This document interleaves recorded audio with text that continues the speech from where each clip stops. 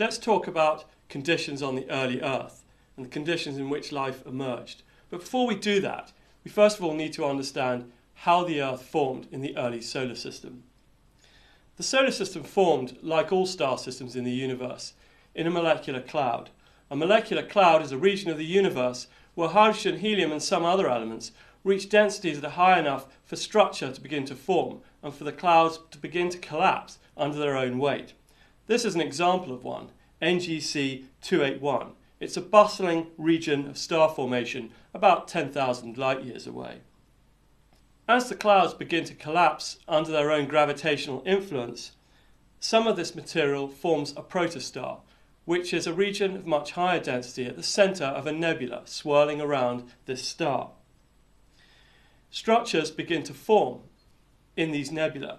For example, this is a bipolar outflow, and what's happening here is the material is collapsing into the protostar, and the new solar wind that's being generated by this early star is pushing the material out and forming these outflows around the nebula. So structure begins to form in the molecular cloud as well as the star at the centre. The most crucial event in the formation of a star system is the ignition of the nuclear furnace inside the centre of that protostar in the middle of the nebula. And this occurs by a process called nuclear fusion.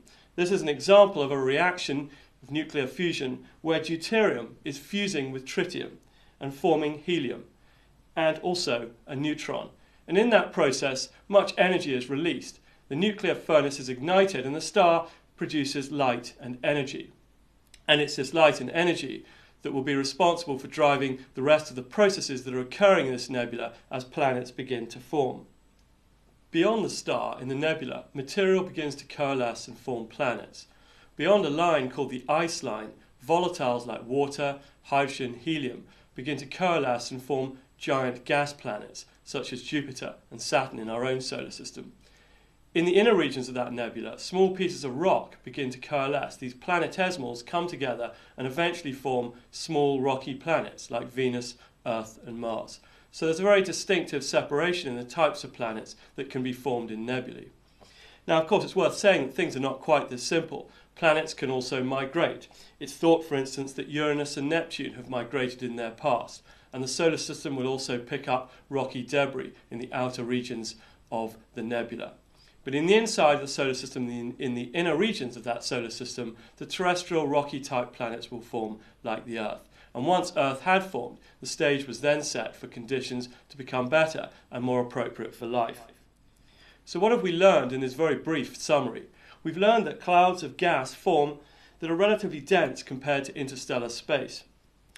In these molecular clouds, these star-forming regions, the gas collapses and leads to the formation of a protostar. This is called the nebula hypothesis. Eventually, fusion is initiated in the star and it starts to give off heat and energy. During this process, material in the nebula also begins to collect and form planets. Giant gas planets far away from the star and rocky planets further in as material coalesces and gathers to form planets.